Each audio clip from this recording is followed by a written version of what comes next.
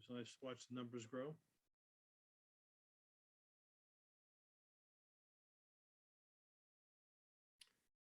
Those of you who are just joining us, we'll give it another minute before we start.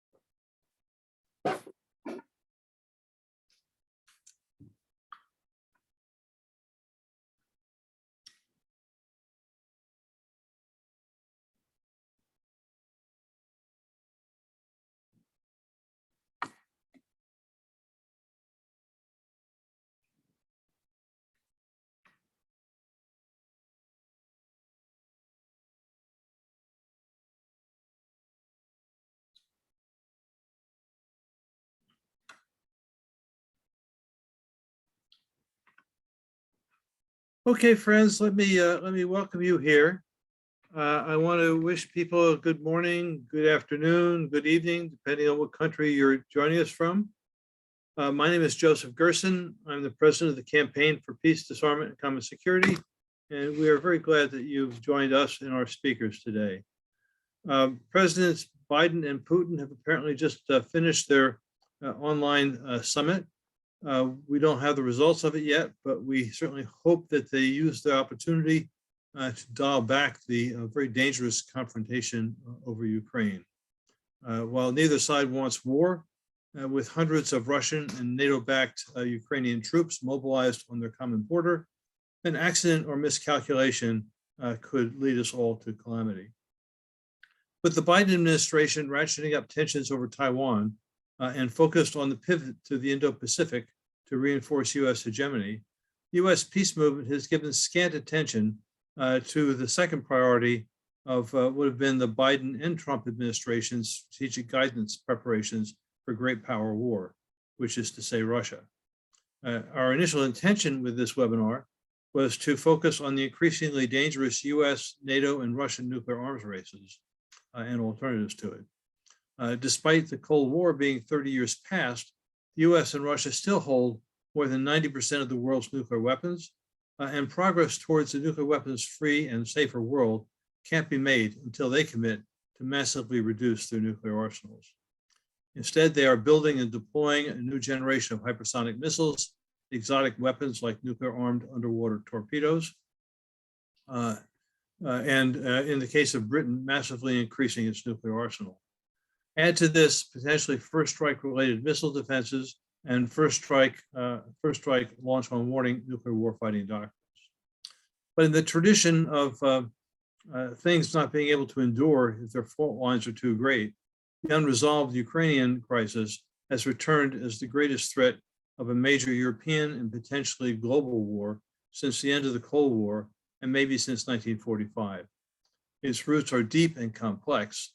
And we find them in the origin of the Russian nation in Kievan Rus, a country divided by religion and language, its history of Russian, Polish, and even Lithuanian domination, Crimea serving as Russia's warm water port since the Tsarist era, and the failures to implement the 2014 Minsk II agreement. So as we work to prevent another catastrophic war and to build a lasting and just peace, CPDCS and our partner organizations are privileged to be providing today's platform for Alexey Gromyko, Daryl Kimball, and Kate Hudson. We're just extraordinarily glad that each of them, and privileged to have each of them joining us today. Each will speak for up to 15 minutes. Before introducing them, I want to thank our co-sponsors, the International Peace Bureau, the Peace Action, Massachusetts Peace Action, the Campaign for Nuclear Disarmament, and Kansas City Peaceworks for helping to organize today's webinar. I also want to thank Mariana Fernandez, who is our technological guru and helped making all this possible.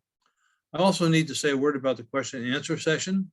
Please note that the Q&A button at the bottom of your screen is there for you to submit questions. We'll be looking for them and not in the chat panel, so please just use the Q&A function. Then let me happily introduce our speakers who will speak in the following order. First will be Alexey Gromyko, Chairman of the Council of Professors of the Russian Academy of Sciences, Director of the Institute of Europe, Russian Academy of Sciences, founder and head of the Center for British Studies, member of the Bureau of the Russian Academy of Sciences Department of Global Problems and International Relations, and a member of the Russian International Affairs Council. We're fortunate to have him. He'll be followed by Daryl Kimball, who is the Executive Director of the Arms Control Association here in the United States. He's a frequent source for reporters and has written and spoken extensively about nuclear arms control, non-proliferation, and weapons production. He is linked to so many people and doing really very, very important work. He's been recognized as a key individual whose ideas shape the policy debate on current and future nuclear weapons policies. The final speaker will be Kate Hudson, General Secretary of the Campaign for Nuclear Disarmament in Britain. She is a nationally and internationally renowned peace activist figure organizer and has served also as the officer of the Stop the War Coalition in Britain. By profession, she is a historian, and she headed the Social and Policy Studies program at London South Bank University. Also, I just need to say that we'll be working with a fairly tight timeline here. So I'll be signaling our speakers when it's time for them to cut so that we can save time for questions and answers. Alexey, the floor, or in this case, the cyberspace, is yours. Thank you very much, Joseph. Thank you to you. Thanks to all the sponsors. It's a privilege to work with you, with your colleagues.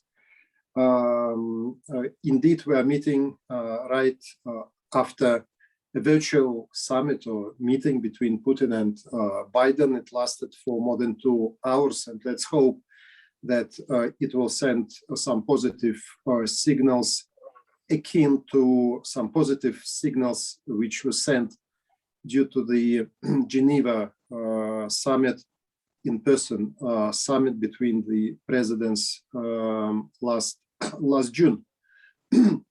Well, in Europe, we have a really regrettable and dangerous development in the NATO-Russia relations.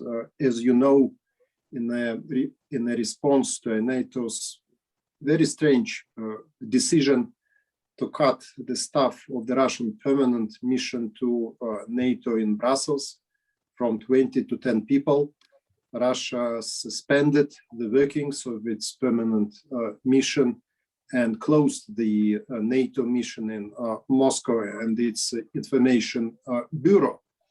Moscow is deeply concerned about the communique by NATO summit in June this year. Just to remind us that the communique labels Russia as an aggressor, which wants to undermine the rules-based international order. And according to the document, Russia constitutes a primarily threat to Euro-Atlantic security. Russia is defined not only as one of leading challenges to NATO, but as a threat which is more dangerous than international terrorism.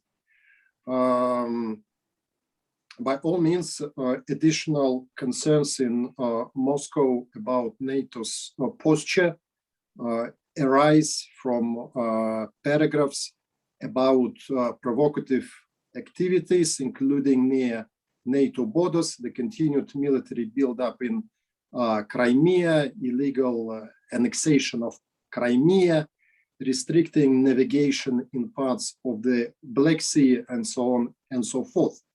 And against the backdrop of the HMS Defender, deliberate provocation of the coast of Crimea in June, by the way, under the cover of the innocent message, the wording of the communique may be interpreted as an encouragement of such activities by NATO member states in the future, which next time, sooner or later, may lead to a direct military conflict or clash between Russia and NATO.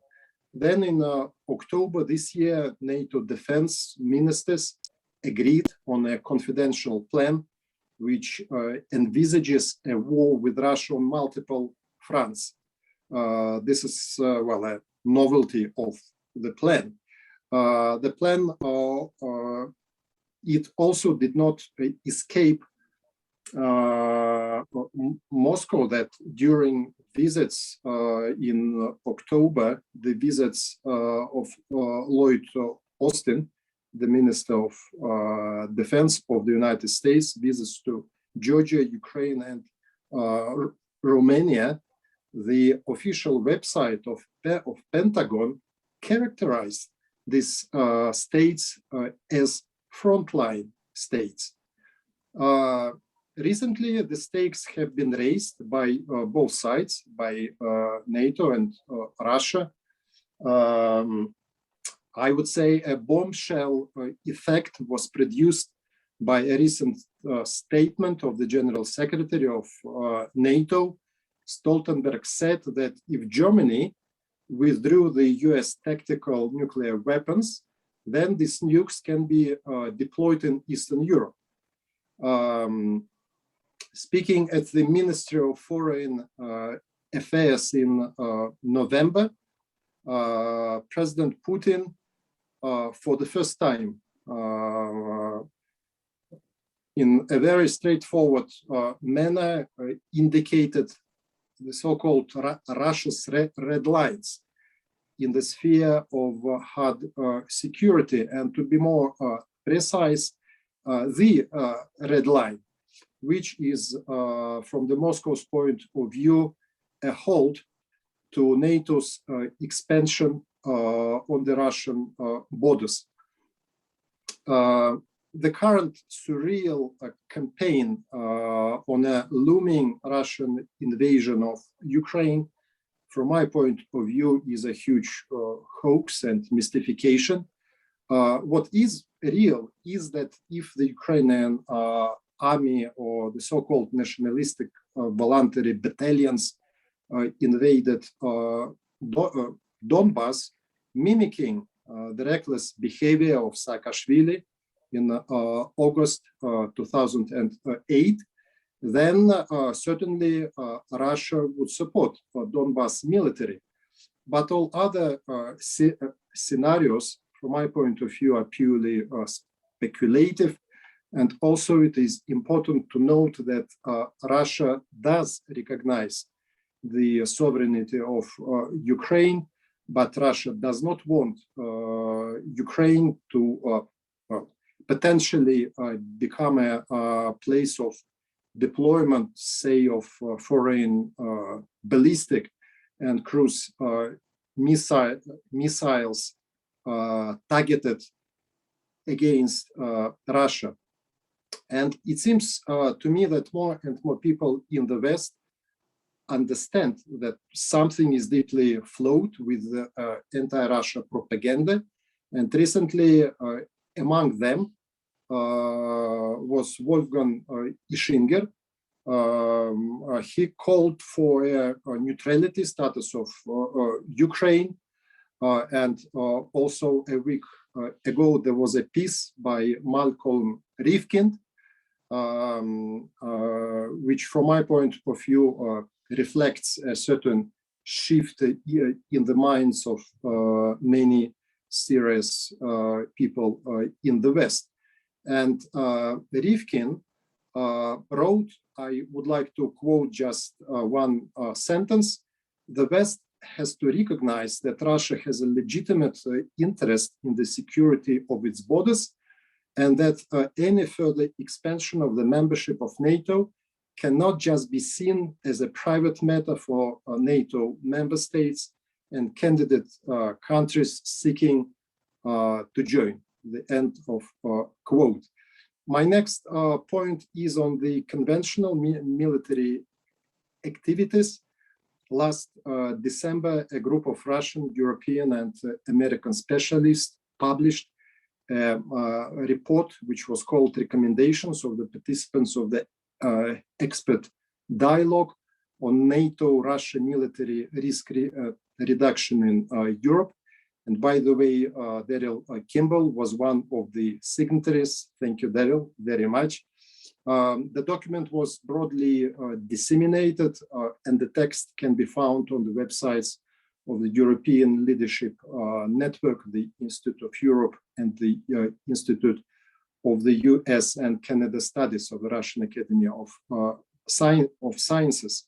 The focus was on meal-to-meal dialogue and military interaction, on prevention of incidents and de-escalation, and on the confidence building measures and transparency.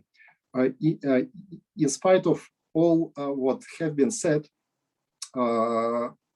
we hope that such kind of recommendations sooner or later will be put into life.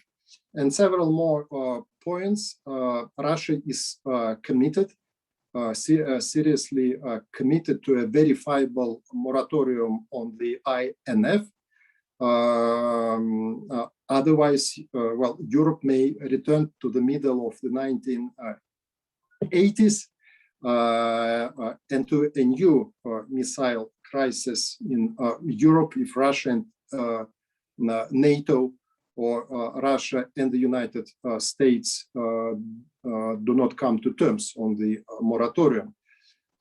It was, of course, a relief when Russia and the United States extended a New START for a maximum period of 5 years without preconditions. What is not less important, Moscow and Washington reconfirmed the Gorbachev-Reagan joint statement of 1985 that nuclear war cannot be won and should never be fought. Since then, the two sides have been working hard on a new setup for the next round of talks on the future of strategic stability. And by now, the thematical part of the talks is outlined, and the composition of working groups are in place. And also, since then, there have been several rounds of consultations between Russia and the United States on cyber security.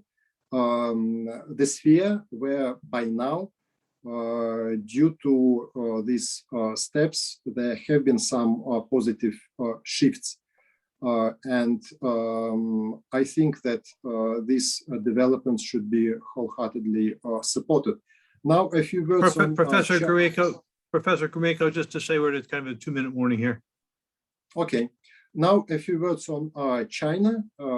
As we remember, the Trump administration was hyper active on involving China in strategic talk. I think that at that time it was a stillborn idea due to obvious asymmetries between Moscow and Washington in the nuclear strategic arsenal. But however, since then the situation has changed significantly, if not dramatically. As we know, China is working hard to extend its arsenal of ISBMs. We don't know to what extent and how fast. And also we don't know if China is going to play a shell game at its new ISBMs sites, or it really intends to increase number of its warheads and missiles very quickly. And if the latter, then of course it will be harshly castigated for failing its responsibilities according to the NPT. But there is a silver lining in the cloud. The closer is China in its deterrent capacity to Russia and the United States, the higher are the chances that Beijing will be interested in joining the strategic talks between Russia and the United States. At the same time, it will hardly be possible without one more prerequisite, that the involvement in the talks of the United Kingdom and France. My last point on P5, I think that it is extremely important that on the agenda is the P5 summit. It has been discussed for more than a year now, a year and a half, since President Putin put forward the idea in the beginning of 2021, and all members of the Security Council of the United Nations expressed their support. So let's see if 2022 may become a year when P5 meets not just on the points which traditionally the P5 states are supposed to meet, but on the future of strategic stability. And just to conclude my short points, I think that what is one of the ray of hopes is the concept of common security, which is rooted in the Olof Palme Common Security Report back in 1982. Common security means enhancing stability by increasing transparency and avoiding dangerous military, just 30 seconds, and avoiding dangerous military activities and providing dedicated political and meal-to-meal communication channels that would avoid escalation of incidents that might took place. So goodwill and confidence building measures are also the indispensable part of common security. So I think that in some form, the common security concept may be resurrected and somehow put into practice in the world, which is of course very different than it was more than 40 years ago. Thank you. Thank you, Professor Gromyko. And yeah, I think it's just very important for people in our networks to be hearing your voice, and simply to say that, as you know, the Olof Palme Institute, the International Peace Bureau, and the International Confederation of Trade Unions will be issuing a new common security report next April. And I want to appreciate the support that you've communicated in terms of that project. Now move to Daryl Kimball, the Executive Director of the Arms Control Association. Thank you, Daryl. Thank you, Joe, and thanks to the organizers and the sponsors of this very timely event. I've never seen such a timely event, unfortunately. So thanks for the opportunity to offer some thoughts and suggestions about how we can avoid US and Russian military conflict, nuclear arms racing, and ultimately nuclear war. And I want to pull us out a little bit more to a kind of a broader perspective as we talk about the situation right now with respect to Ukraine and the future of US-Russian nuclear arms reduction and arms control. You know, I mean, for decades, the United States and Russia have coexisted in a dangerous state of mutual vulnerability. When we talk about strategic stability, it is the idea of maintaining a balance, but it is a dangerous balance. And doing so requires effective dialogue, military restraint, and to reduce and ultimately eliminate the risks. It also takes bold action to achieve deep cuts in their massive nuclear arsenals on the way to their elimination. And so, you know, despite substantial progress in the past in capping and reducing nuclear stockpiles through bilateral arms control. The United States and Russia today, we have to remember as we enter this conversation, still have thousands of nuclear weapons and a range of delivery systems capable of delivering catastrophic destruction within minutes of a launch order from either side's leader. This is an unsustainable and undemocratic situation that threatens all of us. And as Alexey's begun discussing, relations between the U.S., Russia, and the West and Russia remain almost as fraught and tense as they were during the height of the Cold War, with multiple points of friction and potential military confrontation from the Baltic Sea to the Black Sea, in outer space, in cyberspace, and as I'll discuss in a moment, in and around Ukraine. Now, Alexey outlined some of Russia's current complaints about the behavior of the United States in the West, some dating back to the end of the Cold War, the expansion of NATO, and some of the things that we've seen in the recent years with respect to U.S.-Ukrainian relations. I don't think it's helpful or instructive to go through the litany of issues and complaints that each set of governments have about the other. Suffice to say, there is plenty of blame to go around on both sides. There have been plenty of missed opportunities. And we are where we are today. And the reality is that a military conflict or incident that occurs between Russian forces and NATO forces, or Russian forces and Ukrainian forces even, could easily spin out of control. Russia's national security policies state that Russia will consider the use of nuclear weapons in the event that the survival of the Russian state is in jeopardy. Now, I would just note that there's nothing that I can see with respect to the situation in Ukraine that threatens Russia's security. There's no intention on the part of NATO to be deploying offensive missile systems in Ukraine. There are other issues at play. And thankfully, I think both Presidents Putin and Biden understand what they need to do. As they said in June at their summit, even in periods of tension, Washington and Moscow have demonstrated, they said, to make progress on our shared goals of ensuring predictability in the strategic sphere, reducing the risk of armed conflicts, and the threat of nuclear war.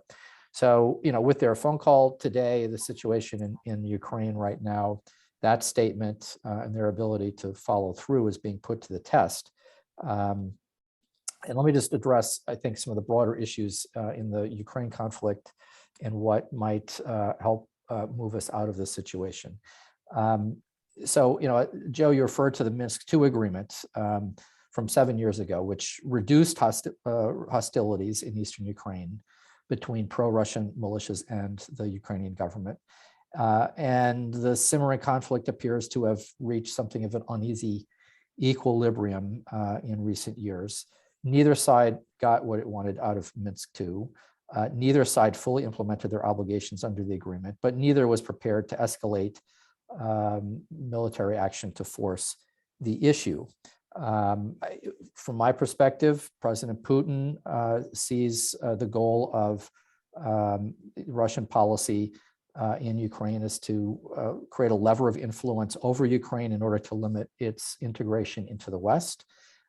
Ukraine, under President Zelensky and his predecessors, have sought to deepen integration with the European Union and NATO. So there's a tension here. And while neither the EU or NATO have explicitly offered Ukraine full membership in either bloc, both the EU and NATO have sought to provide political, economic, and military support for Ukraine. So, that brings us to today. And now President Putin and the Kremlin appear to be no longer prepared to tolerate that status quo. And there are over 100,000 Russian troops, yes, on Russian territory, but along the border with Ukraine, to try to send a message. And so in my personal view, the implicit threat against Ukraine with this troop buildup is it's very dangerous and it's reprehensible. This is not the way that countries in Europe should be engaging with one another. They should be talking by virtual conference call or at the diplomatic table. So in essence, in my view, both sides need to find a way to reduce tensions and avoid war. Both sides need to implement their Minsk II obligations, which I would note is an agreement that is quite favorable to Russia's interests and those of the Russian-aligned militias. And so as part of that, the United States, I believe President Biden does need to be firm in encouraging President Putin to back down what is clearly a military threat, but it also needs to put pressure on President Zelensky to take the steps necessary to implement the political provisions in Minsk II that the Ukrainian government has so far resisted doing. So let's hope that this phone call achieves some progress, some de-escalation.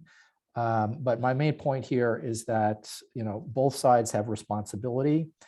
It's not productive to get into a he said list of accusations.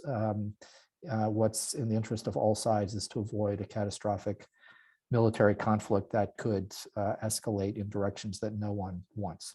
Now, at the same time that Presidents Putin and Biden have to deal with this, they also have a huge task to achieve further progress to reduce nuclear risks in other areas, to prevent an unconstrained nuclear arms race, and to cut their still bloated nuclear stockpiles, which still far exceed what any reasonable estimate would be about what is necessary to deter a nuclear attack by the other side.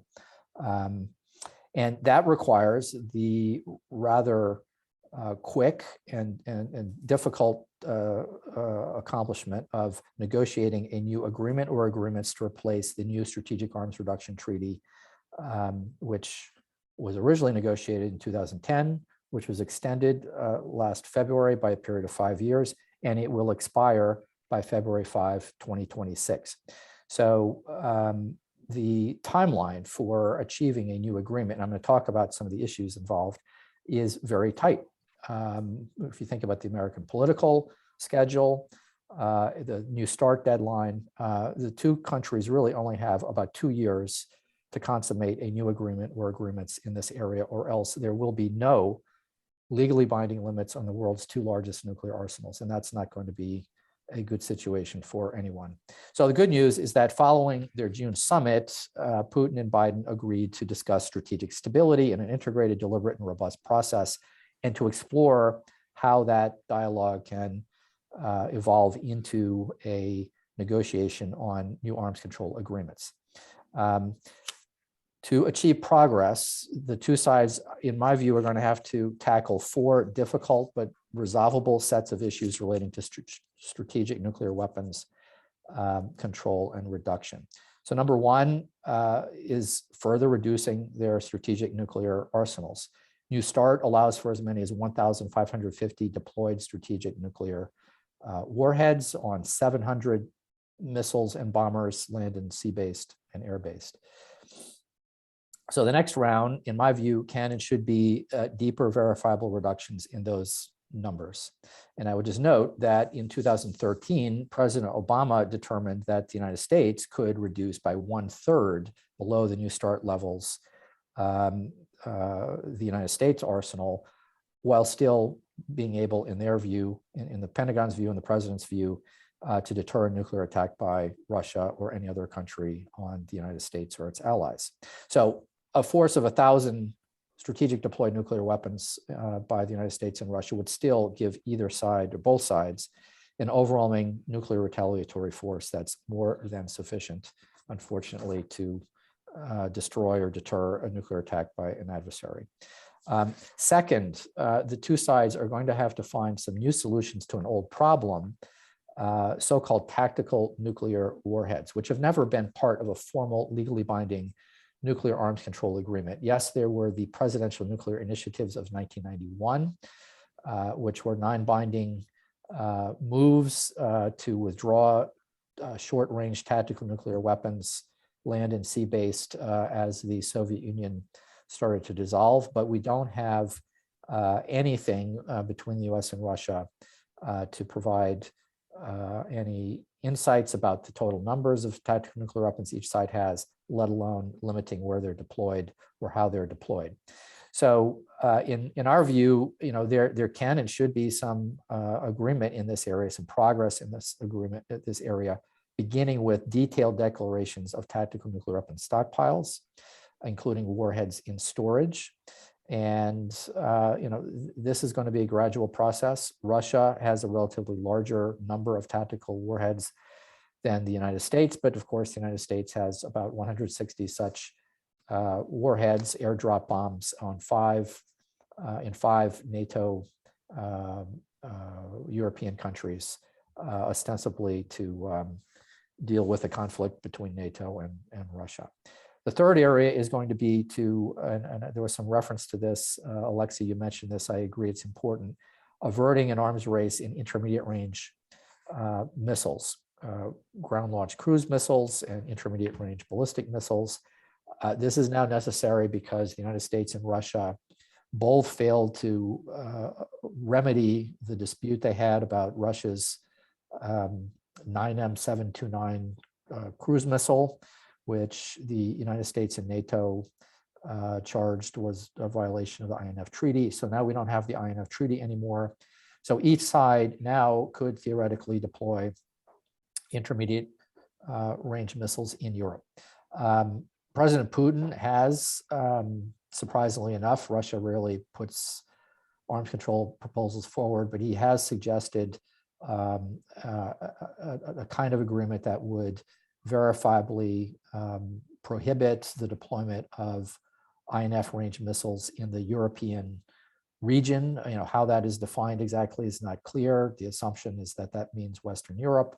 I think those of us in the United States and Western Europe also assume that Russia might be willing to remove any intermediate range missiles in the European area of Russia, west of the Ural Mountains. So even though that proposal might be imperfect, it could be a starting point for serious talks between the United States and Russia on trying to replace in some way the INF Treaty. And then finally, limiting strategic missile interceptors, which has long been a problem in US-Russian offensive nuclear arms reduction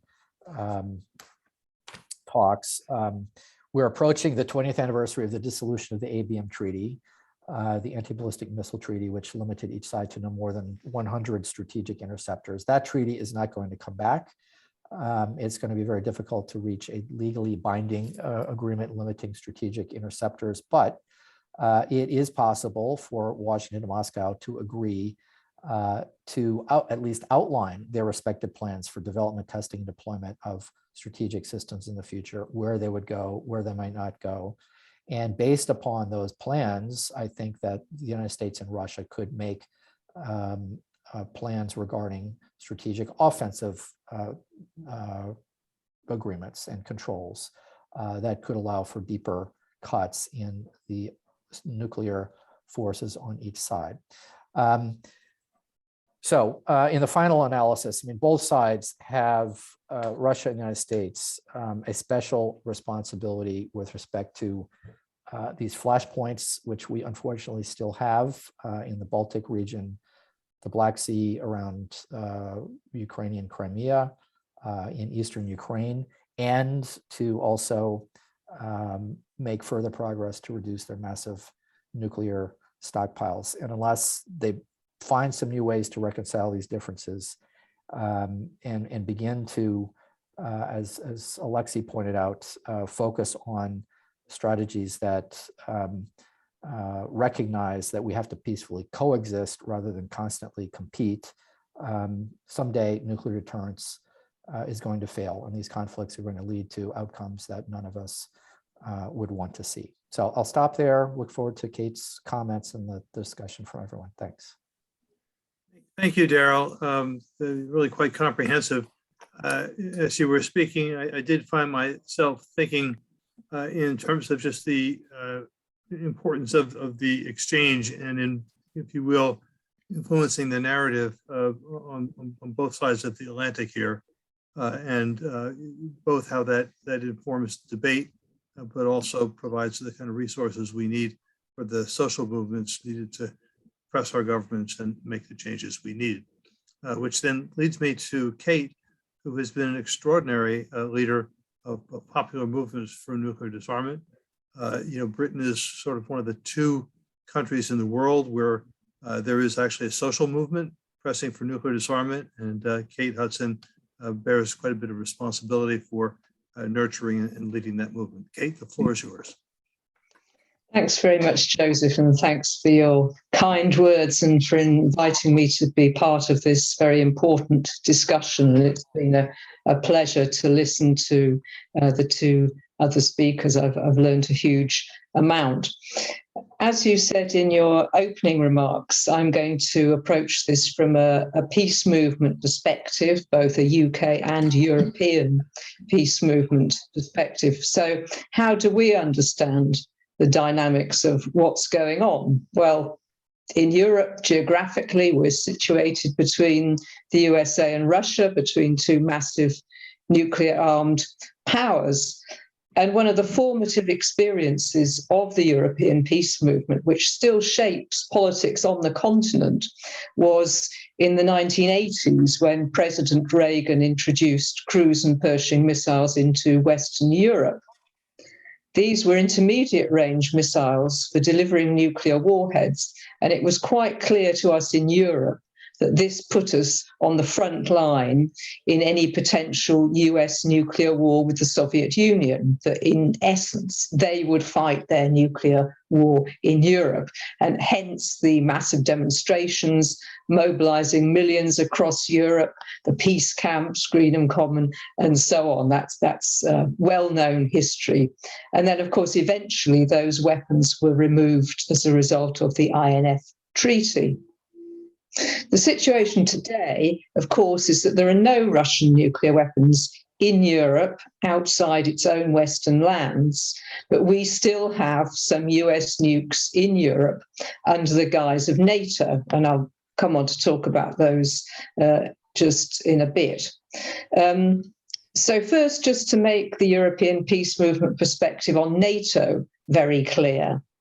Whatever disputes there may have been in NATO under President Trump, few people in the movement here think that NATO is anything other than a nuclear-armed military alliance in the interests of the US, advancing the US agenda, with European states being made to pay more than any country wants to pay for the privilege of doing that and massively increasing militarization. Looking back to the end of the Cold War, the Warsaw Pact, of course, was dissolved, but NATO wasn't. And that had been one of the greatest hopes of the European peace movement, that both would be dissolved, but that was not to be. Hopes for a neutral Germany, that was another great hope of the time, those were kicked aside. And NATO rapidly expanded to fill the space vacated by the Warsaw Pact. The expansion, of course, took NATO inside the former Soviet Union to the borders of Russia via the Baltic states in 2004. In 2008, the question of NATO membership was, of course, a big factor in the war between Russia and Georgia, and the Georgian president actively pursued NATO membership. During the NATO summit in Bucharest in April 2008, President Bush wanted to offer membership action plans, membership of NATO action plans to both Georgia and Ukraine. But interestingly, this demonstrated differences within NATO. Both Germany and France said that this would be an unnecessary offense towards Russia. In the event, there was basically an agreement that neither Ukraine nor Georgia would be integrated within NATO. And it's absolutely clear why Russia would not want those two former Soviet republics as part of a hostile nuclear-armed military alliance. And of course, people like Malcolm Rifkin, such Professor Gromyko referred to, I think absolutely he has the right wider understanding of those geopolitical questions. In terms of the ongoing tensions between Russia and Ukraine, as we know, has been referred to, there is a major Russian troop buildup near the Ukrainian border. And coverage here in the media suggests that the Kremlin is sending a message that it's ready to defend its red lines on the Ukraine, above all, that Ukraine must not join NATO. So it's an ongoing issue, whatever the current permutations. And it appears that the West has begun strong messaging to Ukraine on membership once again. So, of course, Ukraine's desire to join NATO is nothing new, nor is Russia's insistence on vetoing that ambition in its own so to speak, backyard, as it might see it. So what's new in the situation? Why has this been provoked again? Well, there has been some increased US, NATO, Ukrainian military action in the region. Turkish drones, and of course Turkey is a member of NATO, have been used against Russian-backed forces in eastern Ukraine. And there has recently been the flight near Crimea of 2 US nuclear-capable bombers. So there does seem to be some provocation or kind of increasing militarization. And meanwhile, Britain's outgoing defence chief, Sir Nick Carter, estimates that the risk of accidental war with Russia is now, quotes, the highest in decades. So it's not just the peace movement, obviously, that has concerns about these developments, but very much there are expert establishment views on this as well. With regard to US NATO nuclear weapons in Europe, which I touched on briefly at the start, we've seen an interesting development in recent weeks. Around 150 US B-61 gravity bombs are stored in a number of West European countries under the auspices of NATO, under the so-called nuclear sharing agreement. A number of these countries over the years have tried to get rid of them, but they've been repeatedly told that as they are NATO weapons, there has to be a NATO consensus to move them, and that won't happen. So, interesting developments recently in Germany. The new Chancellor of Germany, Olaf Scholz, who's leader of the SPD Green Free Democrats coalition, is facing problems with this issue. The SPD and Green election platforms, in the run-up to the recent election, demanded the removal of the US bombs from German soil. And of course, they won their votes on the basis of that commitment. They also want Germany to join the Treaty on the Prohibition of Nuclear Weapons as an observer, which from the peace movement point of view, we're absolutely delighted about. Both of these things have met with major opposition from the NATO Secretary General Jens Stoltenberg, who said that NATO would consider redeploying nuclear weapons east if the new German government changes the country's policy on nuclear sharing. And as has been mentioned by a previous speaker, he said, Germany can, of course, decide whether there will be nuclear weapons in your country. But the alternative is that we easily end up with nuclear weapons in other countries in Europe, also to the east of Germany. And I think that's interesting for two particular reasons. Partly because he said Germany can decide. Well, that is absolutely not what NATO has said before. NATO has said these countries can't decide. But also there is that threat to Germany, really making it responsible for any potential escalation of a nuclear arms race that might arise if those weapons were moved further east. So Germany absolutely caught in a vice there, a very difficult situation. And of course, that potential threat has immediately popped up. President Lukashenko of Belarus was asked about the possible redeployment of US atomic bombs to Eastern Europe. if they were moved out of Germany. And he responded by saying that he would invite President Putin to send nuclear weapons that were withdrawn after 1991, with the end of the Soviet Union, send them back to Belarus. So this it's a kind of an escalating situation in which Germany finds it impossible to now get rid of those weapons. And the current compromise in Germany appears to be that the coalition government will agree to continue to host the bombs, but will also commit to observing the TPNW first meeting. So there's a positive out of that, but not on the scale of what we were hoping for. So coming to Britain then, what is the UK Prime Minister doing as tensions escalate with Russia? Well, Boris Johnson is actually doing his best to ramp up tensions with another major global power at a time when we need to see global cooperation to deal with issues like the pandemic and the climate emergency. And in fact, we've seen a very disturbing shift in UK foreign policy this year, as outlined in the government's integrated review document published in March. And it has a number of dangerous elements within it.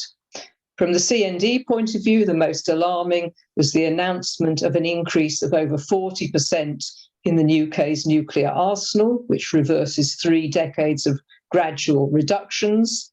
Not surprisingly, this led to outrage nationally and internationally, and has led to accusations that the UK is starting a new nuclear arms race. And of course, it's compared unfavourably to the decision of Presidents Biden and Putin just a few weeks earlier to renew the New START treaty. At the same time, the UK announced an increased number of scenarios in which nuclear weapons would be used, including against non-nuclear weapons states. The integrated review projects and promotes a post-Brexit global Britain that is on the offensive, projecting force globally. Indeed, it's been summarised as an attack document. It makes much of Britain being Western Europe's most heavily armed nation, of its leadership role in NATO, and its deploying of forces worldwide. Its stated intention to defend democracy against systemic competition, shaping a new open international order, is reminiscent of the strategies and postures of the Trump administration. The key strategic shift lies in the focus on the Indo-Pacific region, described as a tilt. This includes the Indian Ocean and its 2 key powers, India and Australia, along with the UK, Japan, and others, as a network of regional allies against China. This mirrors the US approach and is also now the policy which has been embraced by NATO since the summit last June. It makes a break with the UK's 2015 Strategic Defence and Security Review, which promoted closer relationships across the Asia-Pacific, including both China and India. While Russia is described as the most acute threat by the document, China is clearly the main strategic focus. Since then, we have seen a number of escalatory developments. In May, the HMS Queen Elizabeth aircraft carrier left the UK for the South China Sea and the Pacific, accompanied by a flotilla comprising up to 36 US F-35 fighter jets, numerous escort vehicles, vessels, and a strike group company of some 1,600 personnel. This was the largest... This is Kate, you asked for a 1-minute notice, so here it is. Okay, thank you very much. This was the largest British naval and air task force since the Falklands War. Not long into the voyage, part of the carrier strike force had already caused an international incident, as Professor Gromyko mentioned, with the British destroyer HMS Defender sailing into disputed waters in the Black Sea.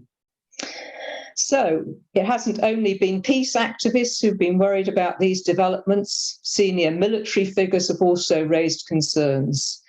Lord Houghton of Richmond, who was former Chief of Defence Staff, said it would be foolish to turn China into an enemy. Since then, of course, we've also seen the AUKUS military pact between the US, UK, and Australia, with all its capacity for nuclear proliferation and breach of the NPT. So to conclude, one of the lessons from military history is surely not to fight a war on two fronts. Yet the US, UK, and NATO seem determined not only to promote tensions with Russia, but also to provoke confrontation with China. We are all familiar now with the notion of the Thucydides trap, and observing from Europe, it seems as though the US is determined to maintain its position of global dominance, even if that means using military might against the emergence of China. Those of us on this small continent of Europe would prefer to see the emergence of a genuinely multipolar world, embracing the global south with its great opportunities for advance of sustainable development, allowing equality and justice for all. This is the type of world we are fighting for, and I'm pleased to say there has been an increase in campaigning as a response.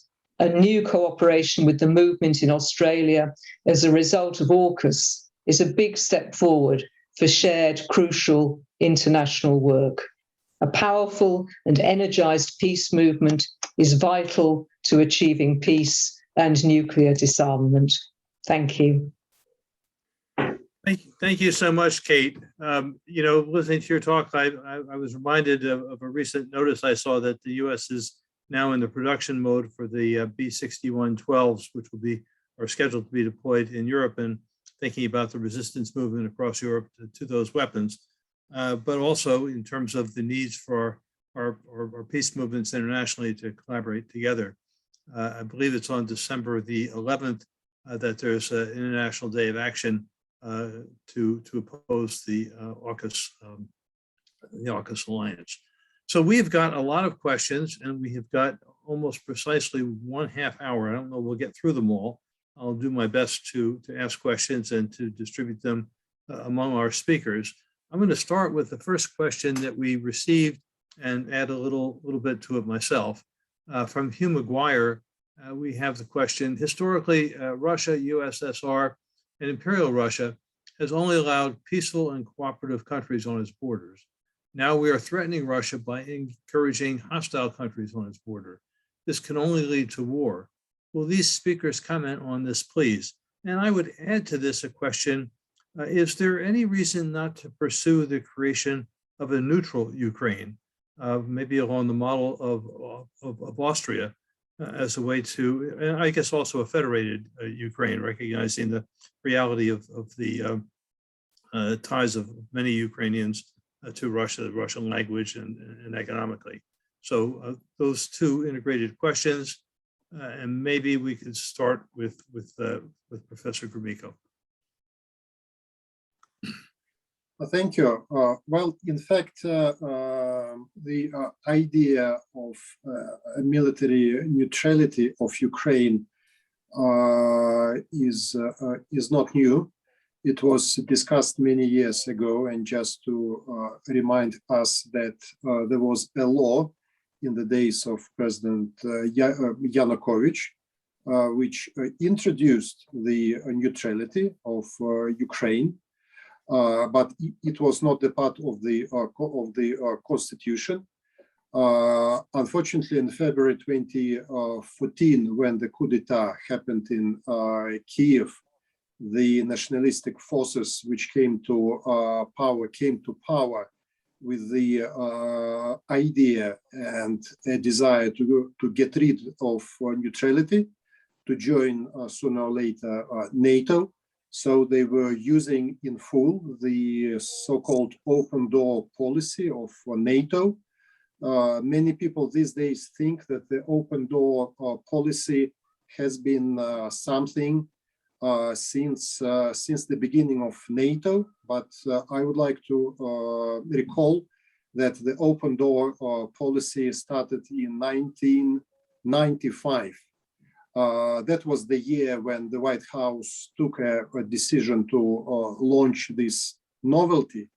But as we have seen since then, you know, each new wave of enlargement of NATO seemed to be peaceful, without consequences for Russia, but now closer the infrastructure of the military bloc of which Russia is not a part was moving closer to Russian borders, the more problems it generated. And from my point of view, you know, the reckoning was in 2008 when Saakashvili launched the military offensive against South Ossetia, hoping that NATO was going to back him up.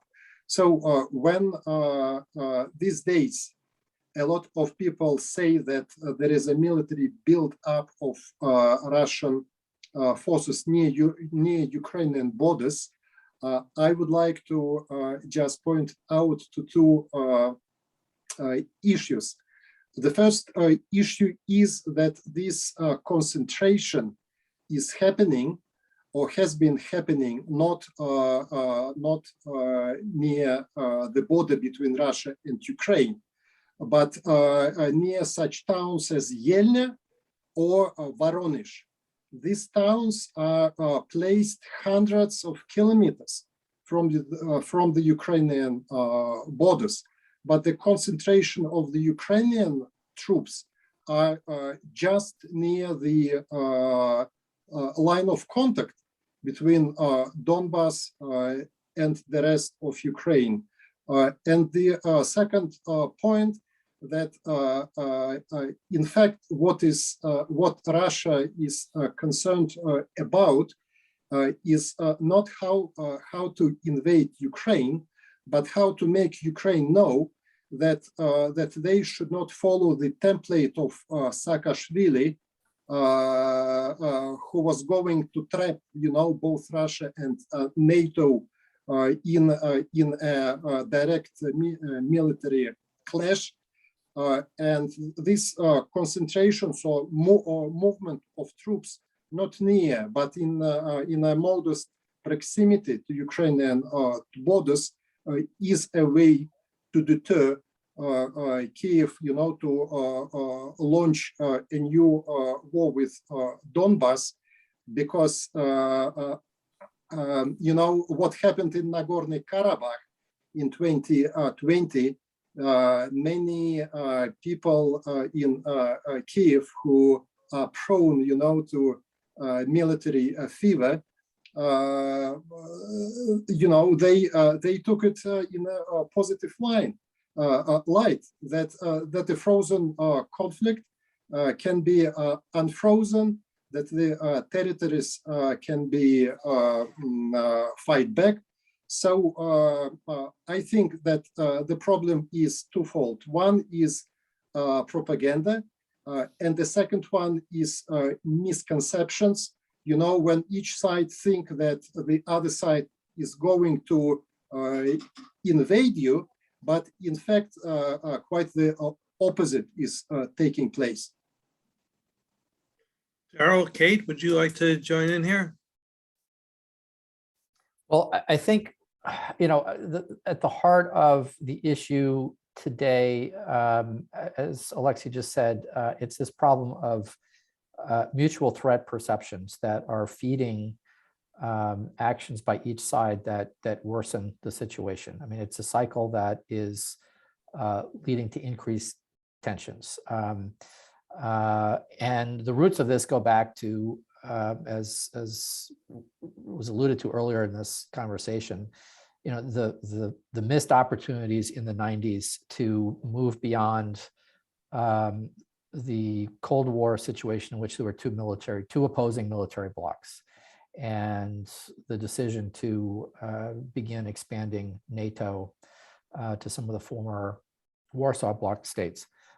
You know, that I think set into motion concerns on the part of the Russian state about the intentions of NATO. It has created a dynamic in which efforts to integrate some of the Eastern European former Warsaw Bloc countries into the economy of Western Europe, the political affairs of Western Europe is seen as a threat when it's not necessarily a threat. And so in Ukraine, I think we see both Russia and Ukraine feeding into this cycle of mutual threat perceptions that is leading to this difficult situation. I mean, we are where we are today. As I said before, there is a Minsk II agreement that provides a template for stabilizing the current situation, not solving everything. And that deal's provision, did call for the government of Kiev to delegate significant political powers to the pro-Russian rebel-held areas in Donbass, and even to negotiate a new constitution that codifies their special status. Now, that is, as I said, kind of a victor's arrangement that was brokered after pro-Russian forces had taken significant swaths of territory in eastern Ukraine. That took place after Russia absorbed Crimea. But that is part of the solution here. And also the other part of the solution is for Russia to de-escalate by drawing down the number of troops it has on the Ukrainian border. So the other thing I would just note is that some of the instruments of post-Cold War stability and reducing threat perceptions are now gone. Both sides have allowed these instruments to evaporate. We don't have the Conventional Forces in Europe Treaty, which was established in order to provide confidence that neither side was reconstituting large ground-based forces on either side of the former Warsaw Pact line. The Open Skies Treaty is now gone, or it will formally be gone later this month when Russia follows the United States withdrawal. So, there is a history to this, but we need to recognize that in the near term, there are some very specific and practical solutions that both sides needs to take to diffuse the situation in eastern Ukraine. Kate, do you want what may not be the last word on this? Just a quick point, just to put it in the wider context, because of course we're talking about NATO, and NATO has changed phenomenally since the end of the Cold War. It's not just the same thing, but a bit bigger. Of course, during the Cold War, it was originally a defensive organisation, and that was the nature of the document, its founding document for decades. But at the same time as it was geographically expanding during the 90s and beyond, we've also seen a situation where it's kind of changed its mission statement. So in 1999, when it's the first wave of expansion, when it incorporated Poland, Czech Republic, and Hungary, it also changed its kind of whole framework to being embracing out-of-area opportunity, out-of-area actions across the whole Eurasian landmass. In other words, no longer a defensive thing, but a kind of an active, proactive attack body, which would be able to do such things. And of course, 2 years later, hey presto, it's in Afghanistan. What's that got to do with the North Atlantic? And of course, it was there for 20 years. And we've seen every time there's been a new NATO summit, we've seen a kind of further expansion, whether it's in terms of technology or military or geographical expansion, but also other arenas too. So we now have global NATO, we have Colombia in Latin America as a partner organization, we see NATO in Africa. That is the reality of it, and we need to understand what NATO is. It is, well, that is what it is. It's phenomenally dangerous, and the idea of it expanding further into the Ukraine or Georgia, how destabilizing such a concept actually is, and we need to recognize that. Thank you, Kate. And maybe just to call people's attention to the fact that there'll be a NATO summit, I believe in June, where they'll likely be adopting what's called NATO 2030, which makes containment of China now a priority for NATO. I want to use that transition as a way to kind of move to a question perhaps from Japan. What kind of role can the US, Russia, and NATO member states play to incentivize China for arms control? Strategic stability dialogue, or a dialogue to reduce nuclear risk and dangers of unintended escalatory use of nuclear weapons. There's more to the question, but I guess the question is, what can these three forces, the US, Russia, and NATO states, do to influence China's nuclear weapons policy? Or I would add, is that even something that should be pursued? And if somebody would signal me who wants to take that first. I see Kate and then Daryl, and then we'll come to Okay.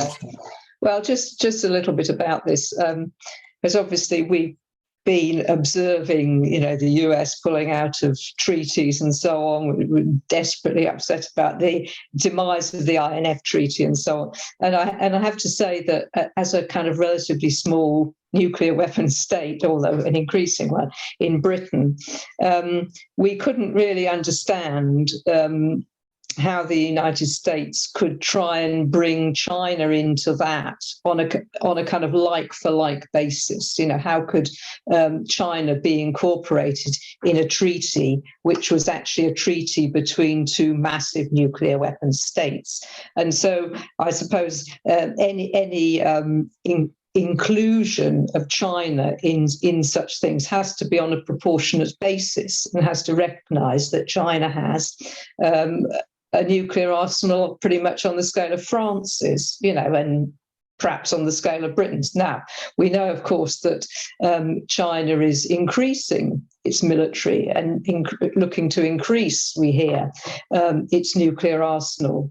And I think that that's a great shame, because for many years, we have been aware. I mean, our former chair, Dave Webb, has done a lot of work about the prevention of the arms race in outer space, working towards that kind of treaty. And we've always been aware that China has supported such treaties and such attempts to limit the development of the arms race in outer space and other things. But that type of treaty has been systematically knocked back. And I think it would now be a great shame if China went down the road of increasing militarization, developing more nuclear weapons. It is not the way to assist the kind of good and even development, globally sustainable development and so on. But to be honest, we are completely against the development of any nuclear weapons. But if you see a situation where there is mounting hostility towards a country and mounting military alliances and increasing nuclear weapons in places like the UK and the US, massive budget for nuclear weapons and so on, it would be strange if China didn't go down that route of increasing militarization. I desperately hope that it doesn't do that, and it maintains the position that it has done for many years, which is not to do that.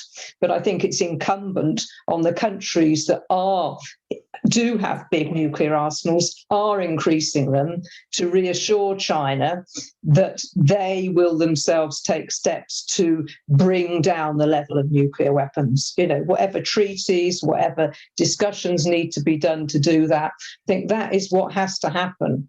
Because if we go on like this, there will be more countries with nuclear weapons, there will be greater nuclear weapons proliferation. And those countries that are in the process of increasing and vertical proliferation, they have to stop doing that. They have to dial it down, and they have to initiate treaties which will reassure other countries and stop escalating the situation. Thank you, Daryl. Well, that's very well said, Kate. I mean, that is the danger that we're all facing right now as the United States and Russia continue to modernize and upgrade their nuclear arsenals, and they are struggling to negotiate a replacement for the new Strategic Arms Reduction Treaty. Just a few to undergird what Kate just said.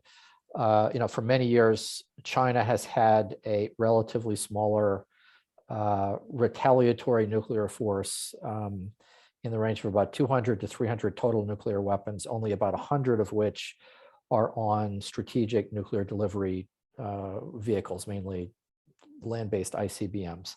Right now, the United States and Russia each have a force that is well over 10 times that in terms of just the strategic launchers themselves. So there is a huge disparity, but as we all know, it only takes one nuclear bomb to ruin your whole day. Numbers don't tell the whole tale. And there is a need for there to be a dialogue with China about nuclear matters. I don't expect that there is going to be an opportunity in the near term for true nuclear arms control negotiations between the US and China. But to start, there does need to be a dialogue to make sure that neither side is basing their plans and their assumptions upon misconceptions about the intentions and the goals of the other. And right now there are a lot of, I think, misperceptions about one another. No one in the nuclear policy field knows exactly what is motivating China right now to build up the capacity to deploy more intercontinental ballistic missiles. There's independent satellite-based research that suggests that China could be building as many as 250 new ICBM silos that would basically triple the size of its force. Nobody really knows exactly why, but many of us believe that it is in part to preserve the capacity of China to launch a retaliatory nuclear strike and to guard against increasing US conventional and nuclear strike capabilities in the East Asian theater. So it does appear as though China is reacting, and so we're not in a situation in which each side is inevitably going to build up unless we and therefore both sides need to begin to discuss what each other's concerns are, what their plans are, and we need to find a way to begin discussions about how to avoid an all-out arms race. But the first stage of this, as I said in my opening, is that the United States and Russia have a major responsibility because they still have the largest nuclear stockpiles. And it is quite clear that China is not going to actively engage in any nuclear arms control discussions until and unless the United States and Russia bring their stockpiles closer to the levels of the the United Kingdom and France and China, which are at or below 300 nuclear weapons. So thank you, Daryl. I'm just thinking that given the, I guess we call the increasing integration of Russian and Chinese ties, it'd be helpful, Alexey, if you could share Russian thinking on this. Thank you. Well, first of all, to remember that in comparison to 1990s, the United States and Russia have cut dramatically their nuclear arsenals and conventional arsenals. So now they are very close to, to a certain threshold below which it is quite difficult to go. That's why Russia proposed 2 years ago a so-called new equation of security. Moscow suggested that in future stability, in the talks on the future of strategic stability, Russia and the United States should focus not just on ISBMs, on SLBMs and heavy bombers, but they should try to take into consideration all offensive and defensive, all nuclear and all nuclear systems, which can be used for which can have a first strike capabilities. So such systems are the BMD, the systems which can play a role in militarization of outer space.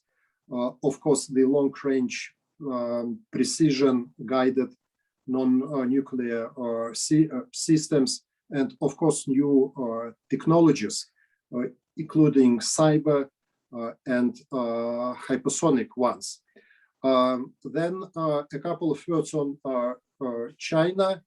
Well, when Trump came to power, he made a lot what worried people across the planet, but some of his ideas strategically were much cleverer and progressive from the point of view of the U.S. national interests.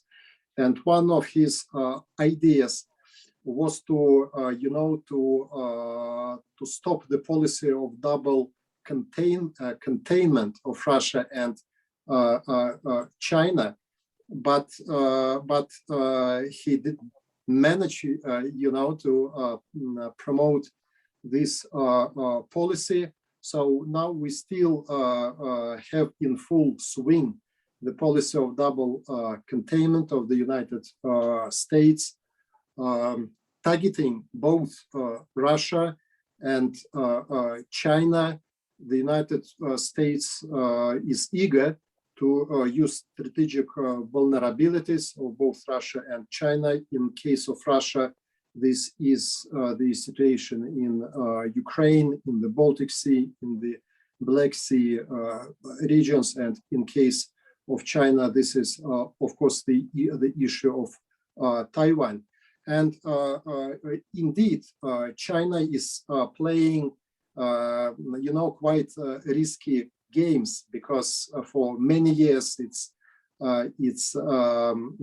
warhead arsenal was 200 plus.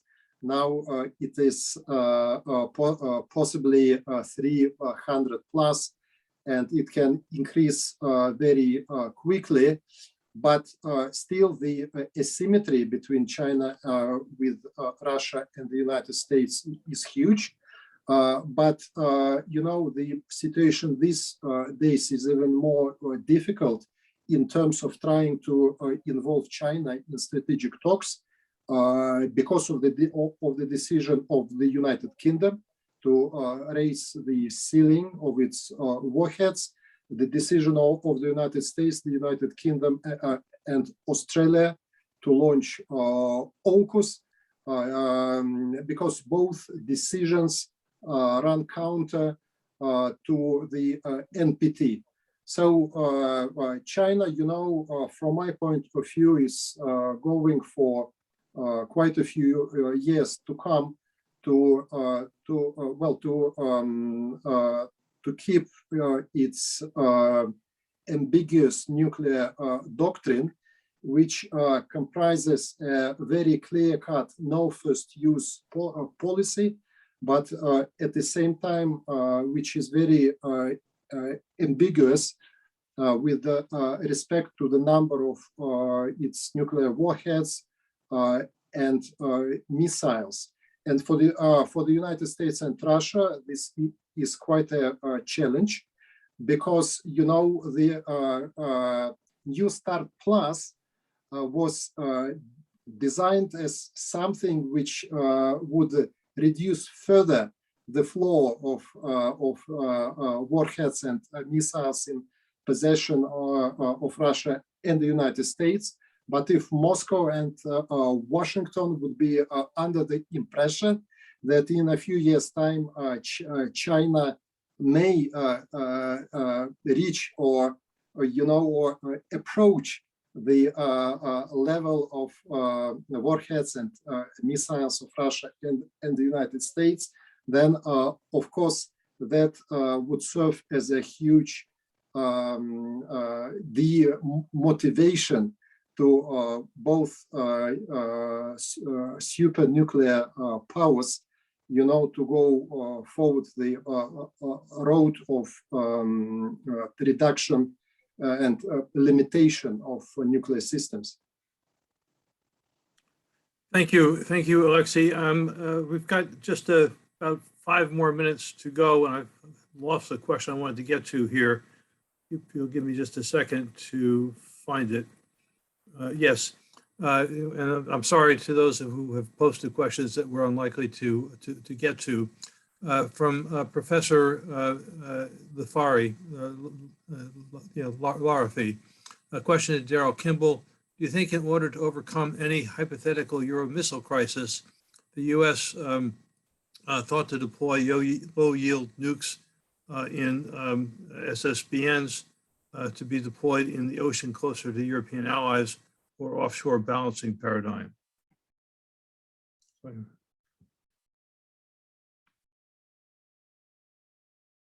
You're muted. You're muted, Daryl.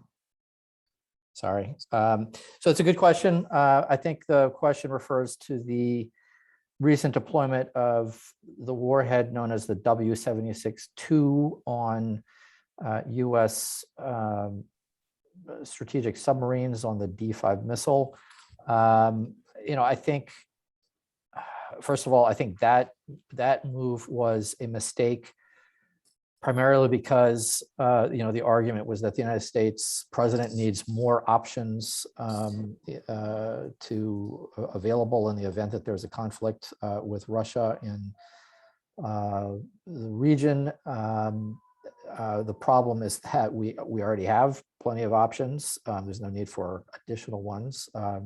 Number one. Number two, there's no way that Russia could distinguish between a so-called low-yield warhead and a higher-yield warhead on a D5 missile. So the use of that W76-2 warhead in a conflict, a regional conflict, could be misconstrued by Russia as the beginning of a broader, larger scale nuclear attack on continental Russia, and it could lead to all-out nuclear war. So that kind of weapon system is inherently destabilizing. Is that part of an arrangement that might lead to the removal of U.S. tactical nuclear weapons from the 5 NATO countries, or on sub-strategic warheads in general? It might, but I think the bigger issue it has to do with, as Kate Hudson was saying, NATO's ongoing embrace of these warheads that are stored in 5 NATO countries. There are about 160 of them. From a military perspective, they're not much of a threat to Russia because they are in storage facilities. It would take quite some time to get these out of the storage facilities onto fighter bombers, and then they would have to fly into Russia. Some of them don't have the range to reach into Russia, and Russia has quite capable air defenses. But they are an impediment to reaching some sort of agreement on the control and eventual elimination of short-range nuclear weapons from Europe. And so I think NATO would have to put those on the table, so to speak, if the United States and NATO want Russia to reduce the number of tactical nuclear weapons that Russia retains right now. So I don't know if that directly answers the question, but that was my interpretation, and those are some thoughts. Thank you, Daryl. As you were speaking and we had some of the details here, I was thinking about my friend and colleague here, Cole Harrison at Mass Peace Action, who might have said we got a little bit wonky, but necessarily Sorry. so. No. I mean, that was the nature of the question. But I guess in wrapping up, I want to thank each of you for really making the time and giving the thought to us. My hope is that this webinar will help us to build the kind of social movements that are needed to move policy. most of all, I think one takeaway from this is that collective action is needed to prevent catastrophe growing out of the crisis in Ukraine. The recognition that NATO's expansion has become a threat and a driving force behind the tensions that we face. And perhaps again, looking at the situation in Ukraine, where we have the situation where the fault lines were deep and what looked like it couldn't last is not. We face the same challenge with the world's nuclear arsenals, especially those of the United States and Russia, to recognize in a very urgent way that deterrence only works until it doesn't. And when it doesn't, we're in a catastrophic mode. And to conclude, I've been fortunate to work with A-bomb survivors from Japan and elsewhere for many years. And their basic message is that human beings and nuclear weapons cannot coexist. Those of us who cherish our families and friends, think about the future. We all must take actions in the various ways that we can to ensure peace and human survival. And just to thank you again, Alexey, it's late for you in Moscow, to thank you for your contributions.